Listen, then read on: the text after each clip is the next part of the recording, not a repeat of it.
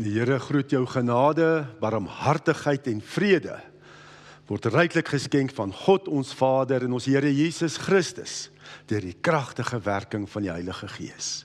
Amen. Ons gaan lees, dit is Eksodus 17 vers 8 tot 16. Ek staan nou nogal 'n rukkie terug, nogal 'n lang ruk stil by hierdie gedeelte, maar ek dink dit is 'n kosbare gedeelte, want het praat ook van 'n oorlog, die stryd waarin ons ook as Nuwe Testamentse volk van God betrokke is. Maar ek gaan dit weer lees, Eksodus 17 vers 8 tot 16, en ons fokusvers is vers 15. Ek lees uit die 83 vertaling. Toe die Amalekiete by Refidim teen Israel kom veg het Moses vir Josua gesê, kies vir ons manskappe en gaan veg môre teen die Amalekiete. Dan sal ek op die top van die heuwel gaan staan met die kierie wat God my gegee het in my hand. Josua het toe gedoen wat Moses vir hom gesê het en hy het teen die Amalekiete gaan veg. Moses, Aaron en Hur tot op die top van die heuwel uitgeklim. Solank Moses sy hand opgehou het, was Israel die sterkste. En wanneer sy hand gesak het, die Amalekiete. Maar Moses sy arms het begin moeg word. Hulle het toe 'n klip gevat en dit agter hom neergesit, sodat hy daarop kon gaan sit. Aaron en Hur het sy arms van weerskant af ondersteun, sodat sy arms regop gebly het tot sononder. Josua het die Amalekiete heeltemal verslaan. Daarna het die Here vir Moses gesê, skryf hierdie woorde op in 'n boek as 'n blywende herinnering en lees dit vir Josua voor. Ek wil die Amalekiete heeltemal van die aarde af verdelg. Moses het 'n altaar gebou en dit genoem, die Here gee my die oorwinning.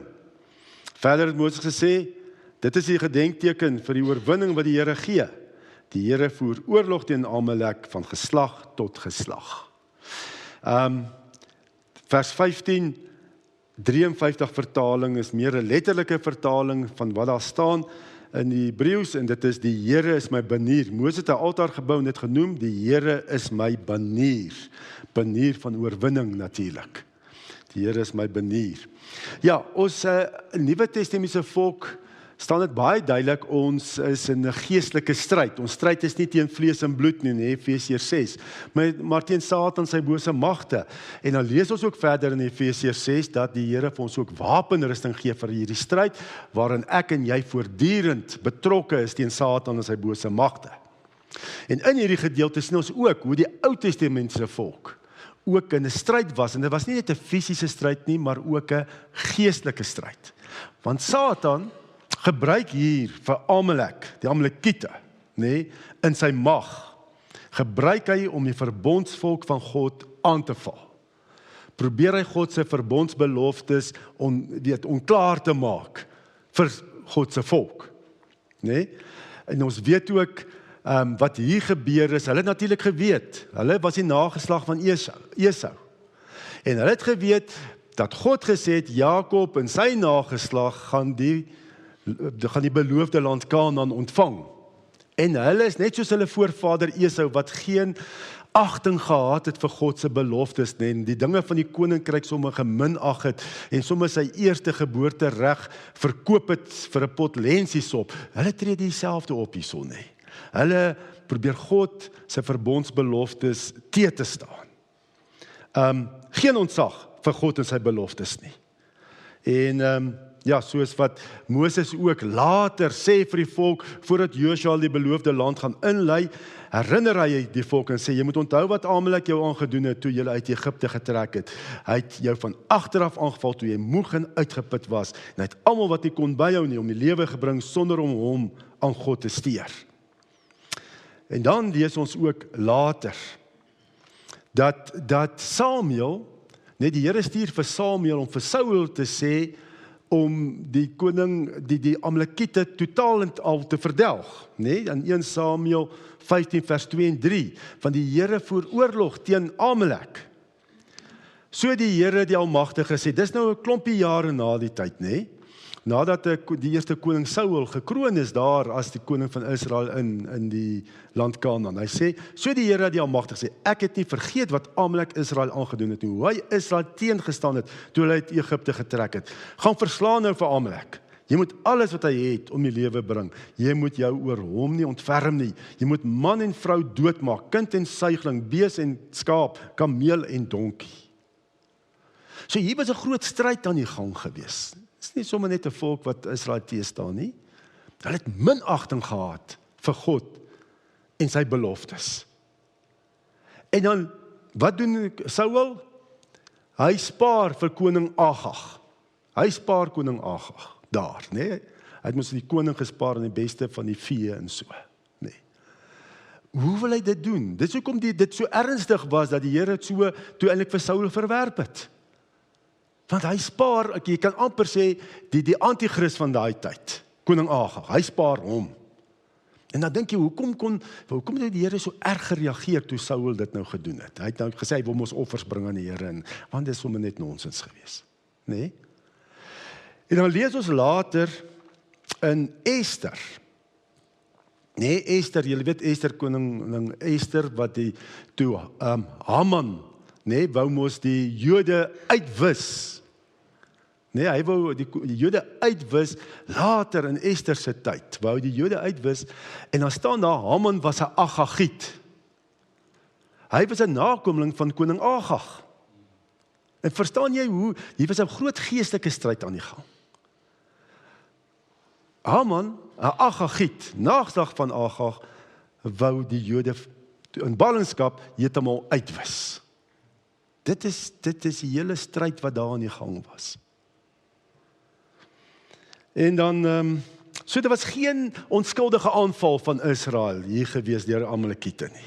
Nee? Jy kan sien, hier is eintlik 'n stryd tussen wat daar begin het na die sonde van die saad van die slang teen die saad van die vrou, het so aangegaan. Daai stryd het so voortgegaan. Die slang se saad teen die vroue saad.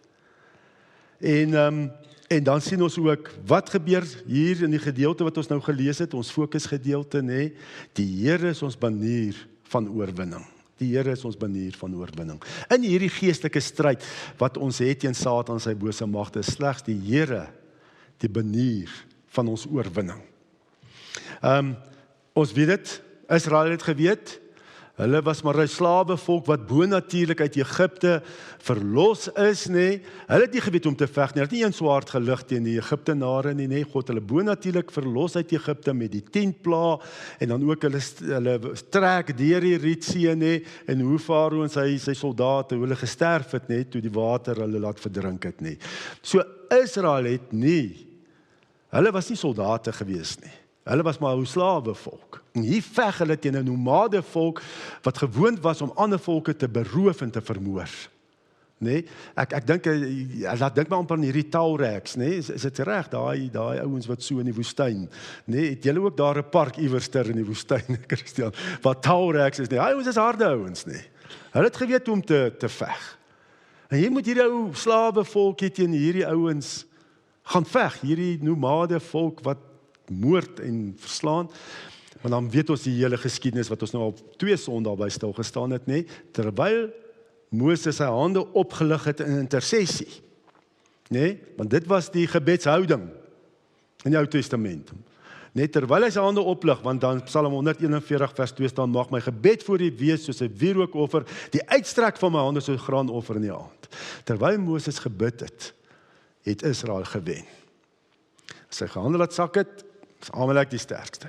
So wie die oorwinning gee, en toe het hulle mos nou Aaron en Hur sy hande ondersteun om aan te hou bly intersessie te doen vir die volk, en dis God. Dis net God wat dit gebring het. Die Here is my banier van oorwinning. Nee, dit is net die Here, en Israel het dit geweet. Dis hoekom Moses daai altaar gebou het en het genoem het, die Here is my oorwinning. Dit is die enigste rede hoekom hulle gewen het. Nou, al die eer aan die Here. Maar nou, die Here is my banier van oorwinning. Ek dink ons ken baniere, nee, banier is mos vla, en daai blou vla wat jy veral met rugby sien, nee. Nee. En ook die landsvlag, as ons die Springbokke speel, ook die Springbokke, nee. Maar 'n banier, wat was die betekenis? Wat is die betekenis van 'n banier? En dit is 'n banier kan ook wees 'n beeld in daai tyd. Dis nie net vla nie, kan ook 'n beeld, 'n stok met beelde wees, nê.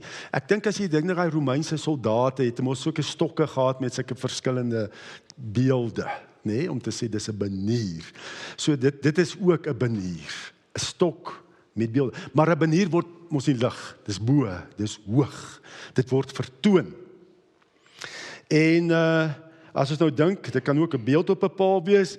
Wat is die doel van 'n banier? Dit bind in eenheid saam, dat almal in 'n eenheid saamkom, nee, agter die banier. Dit inspireer jou om meer as jou beste te gee. En dit word gehuis en gewaai waar oorwinning is. Nee, dit is die doel van 'n banier. Dit bind ons saam in 'n eenheid, inspireer jou beste gee. Ek dink as daai Springbokke speel en daai vla so in die skare word gewaai in goeters, nê, en dat dit spoor hulle aan om meer as hulle beste te gee. En ja, dit inspireer jou. En dit word uitvertoon ook wanneer daar oorwinning is.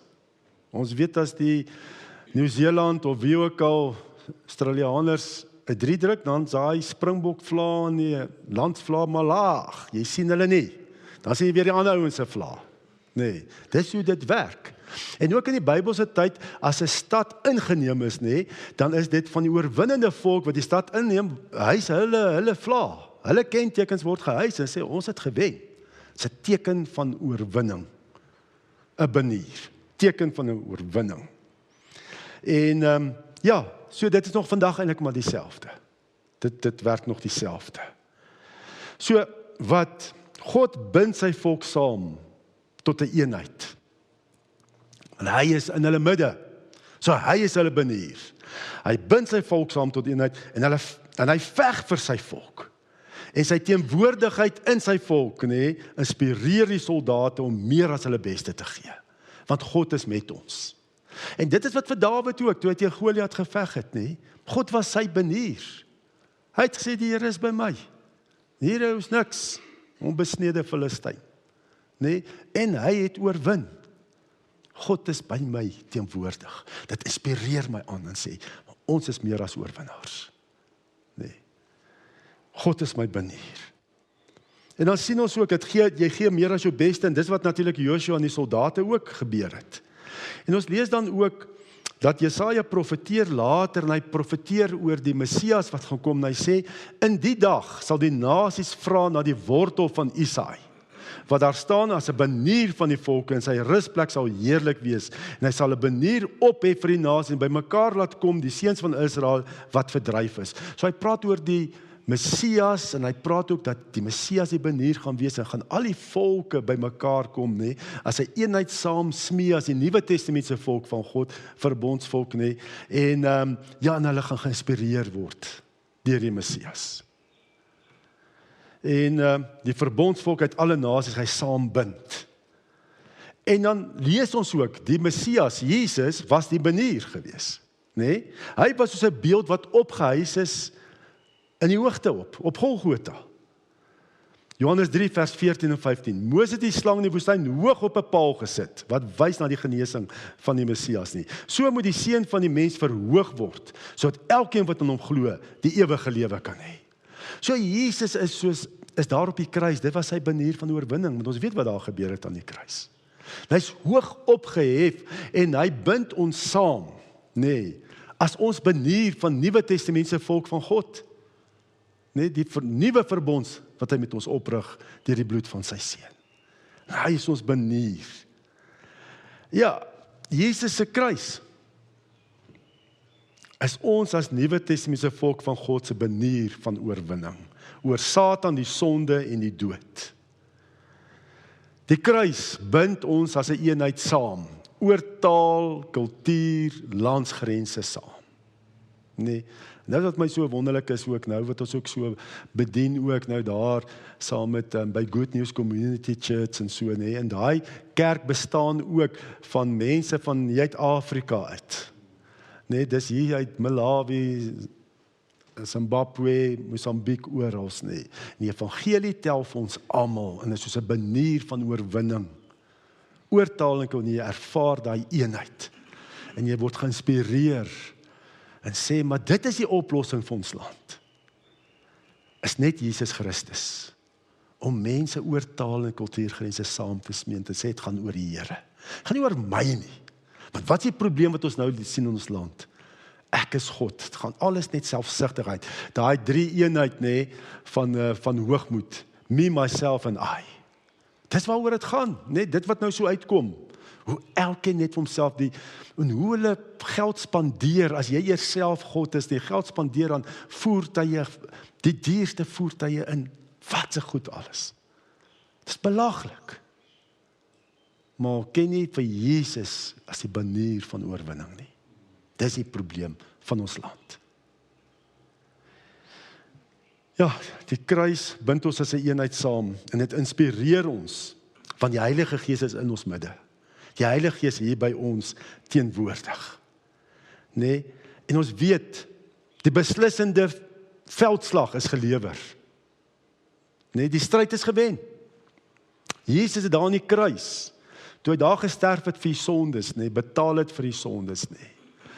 Het hy Satan, die sonde en al sy magte, Satan se magte oorwin. Hy het die dood ook oorwin, hy het opgestaan uit die dood. Die dood het nie meer mag, krag oor ons nie. Nee, dit is, wat word ons liggaamlike dood in Christus? Dit word ons deurgang na die ewige heerlikheid saam met ons hemelse Vader.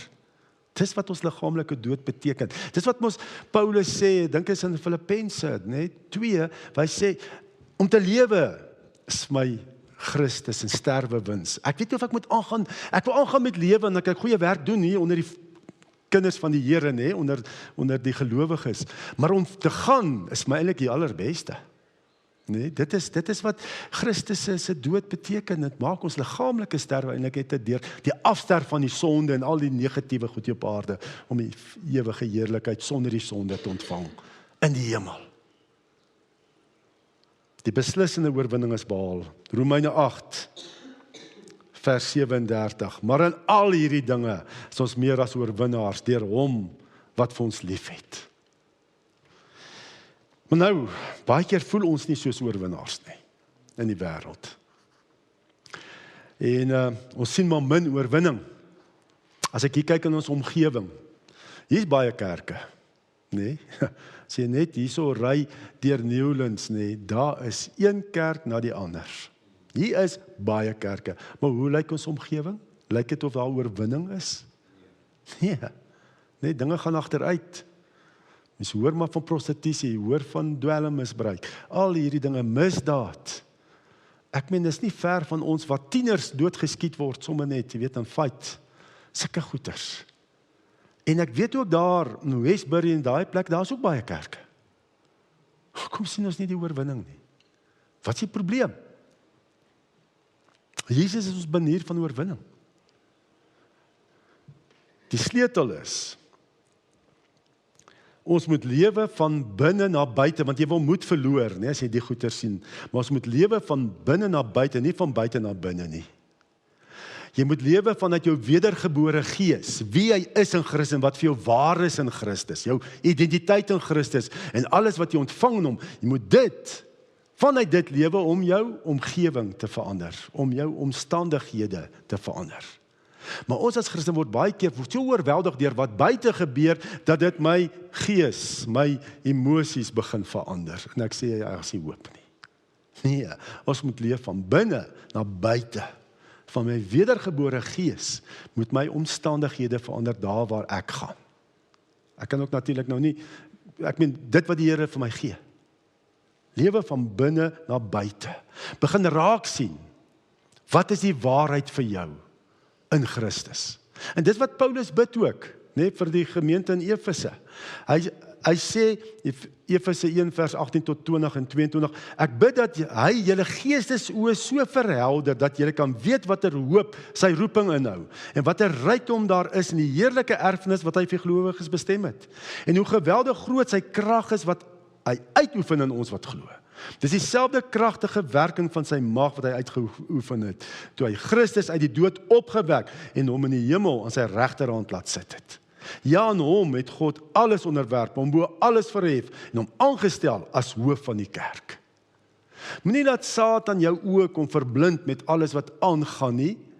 Die groter werklikheid is, dit wat in jou gees, jou wedergebore gees, dit wat vir jou waar is, die kragwerking in jou en die gees in jou. En dat dit die dinge kan verander om jou. Kom ons bid dat die Here ook ons oë oopmaak van wat die waarheid is. Van wie ek is in Christus, wat vir my alles waar is in Christus. Want die Heilige Gees versterk ons innerlike mens met Jesus se banier van oorwinning. Met Jesus se banier van oorwinning. Die beslissende veldslag is gevel, daar die kruis op Golgotha. Jesus is oorwinnaar, hy het al die mag in die hemel op die aarde. Maar Satan en sy bose magte, weet hulle tyd is min, nou is daar sulke klein verdere geveggies, waar hulle probeer wen, met hulle leuns. Want as Jesus terugkom, dan gaan dit die einde van daai kleiner geveggies wees, wat ek en jy elkeen veg, elke dag. Nee? Ons moet leef vanuit daai oorwinning, wat behaal is aan die kruis. Dat jy self ook oorwinning kry, in die geveggies waar Satan kom met sy magte en jou probeer kom mislei. Dis baie belangrik. Hy wil ons kom, hy is soos 'n keffertjie hond, wat jou heeltyd hier agteraf wil byt, in sulke goeders. Ek het al hierdie voorbeeld gebruik, maar dit is my net so 'n wonderlike voorbeeld, in die stryd wat ons elke dag in is, as oorwinnaars. In die Tweede Wêreldoorlog was daar 'n luitenant-generaal Wainwright. Luitenant-generaal Wainwright, hy was 'n Amerikaner en hy was die bevelvoerder van die geallieerde magte in, ek wil net gou die name regkry, hy was in bevel gewees van die geallieerde magte op die eiland van Corregidor. Dit is nou daar in die Filippyne. In die Filippyne. En die Japaneese het hulle aangeval op hierdie eiland en met hulle het hulle oorwin.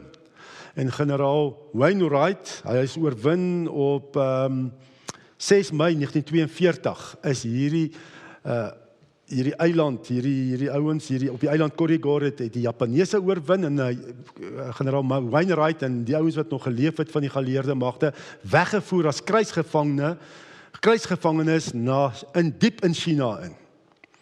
Na die Manchuria, die kruisgevangenskap in Manchuria. Ek hoop ek spreek dit alles reg uit.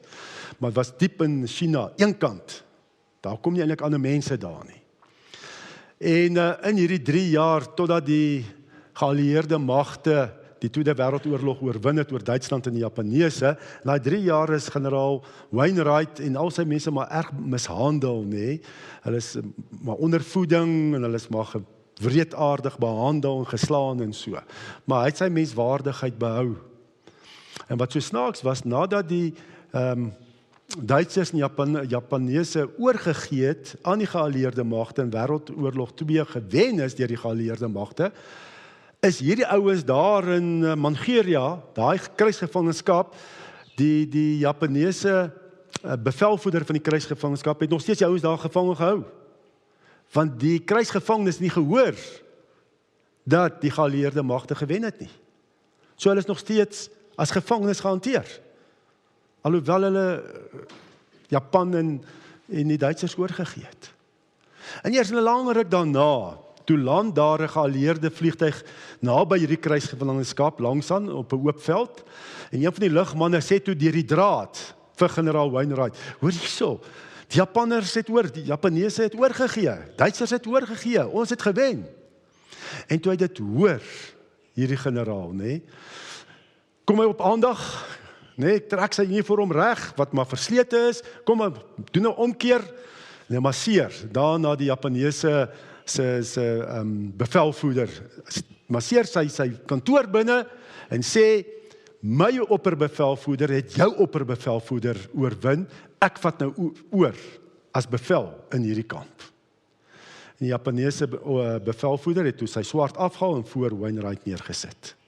En generaal Wainwright het beheer gevat oor die kruisgevangenskap. En almal is natuurlik nou vrygelaat.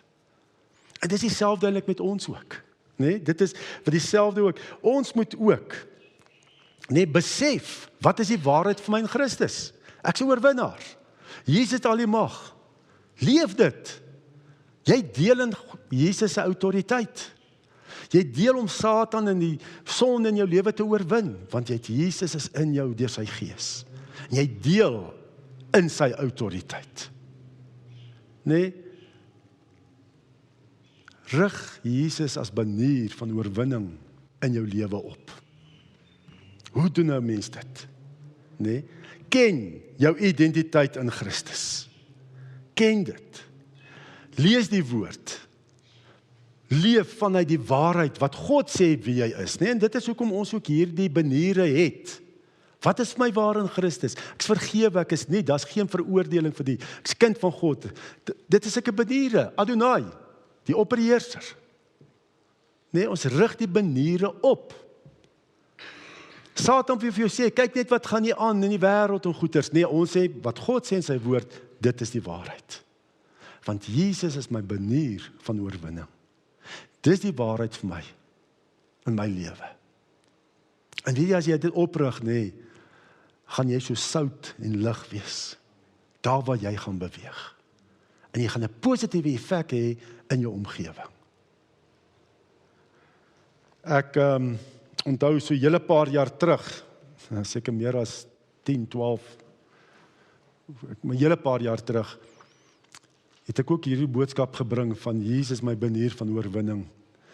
En 'n vorige hoof van Dallies was toe in die erediens gewees, nee, Piet Badenhorst. En na die erediens, in daai volgende week het hy juffrou, ek dink dit was Tia my laat weet, het hy sulke bordjies op die skool se mure gesit.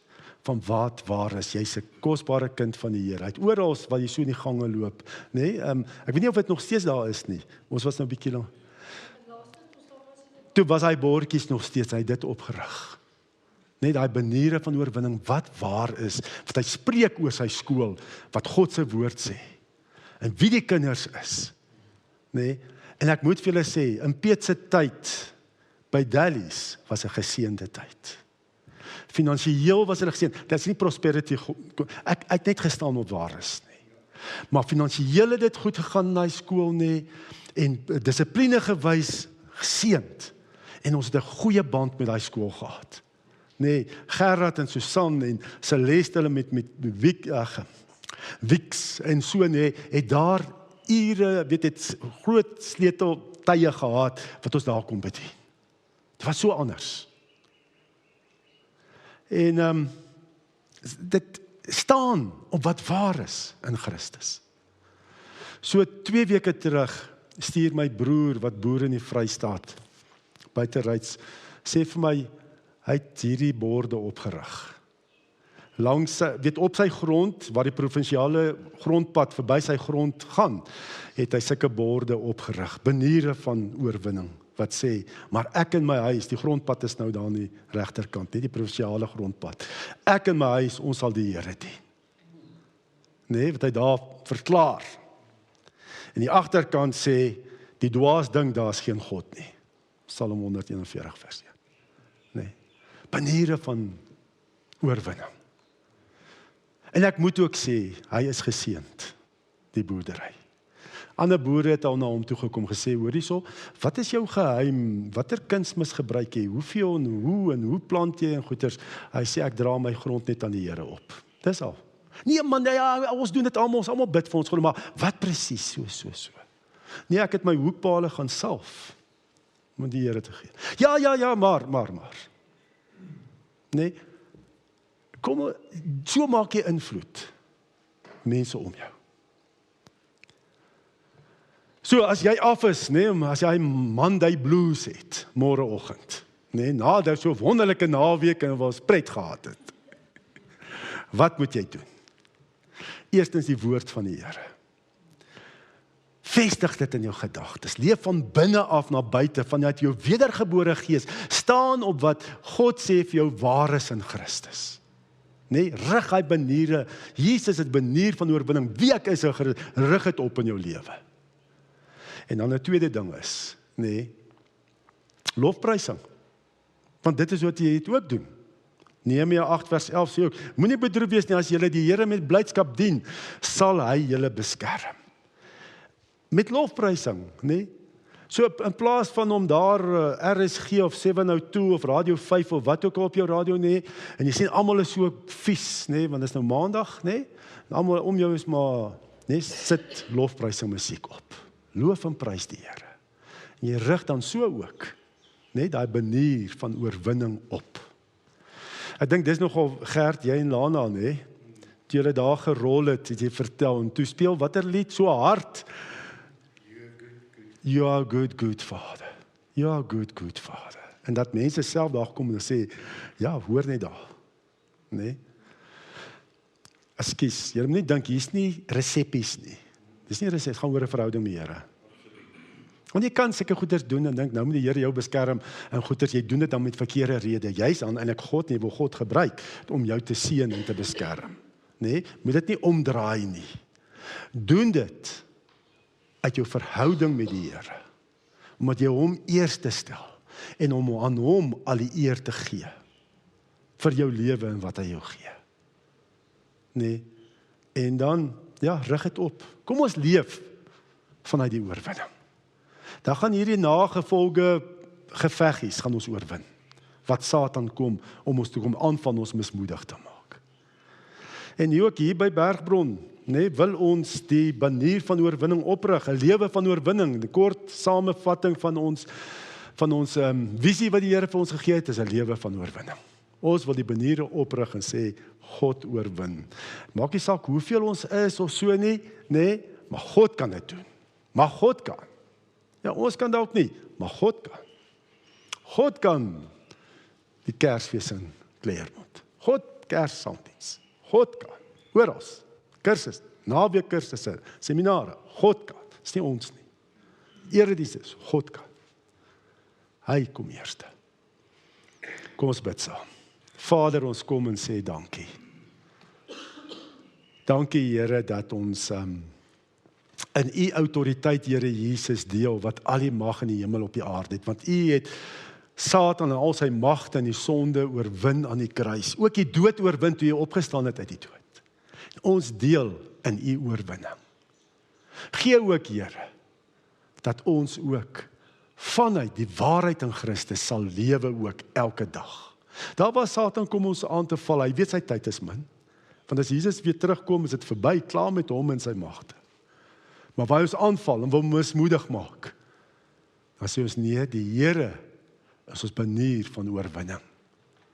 Jesus, al die mag in die hemel en op die aarde. En ons is sy apostels, gestuurdes hier op aarde.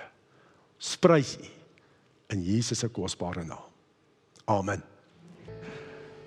Die genade van ons Here Jesus Christus en die liefde van God die Vader en die gemeenskap van die Heilige Gees sal by ons elkeen wees en bly. Amen.